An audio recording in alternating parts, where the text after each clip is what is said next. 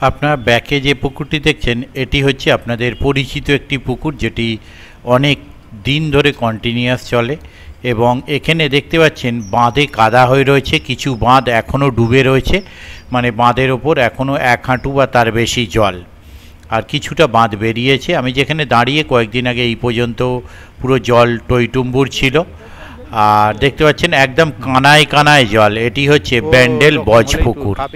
তো যাই হোক, এখানে আগামী দিনে পাস শুরু হবে, কিন্তু জল আর একটু নামার পর।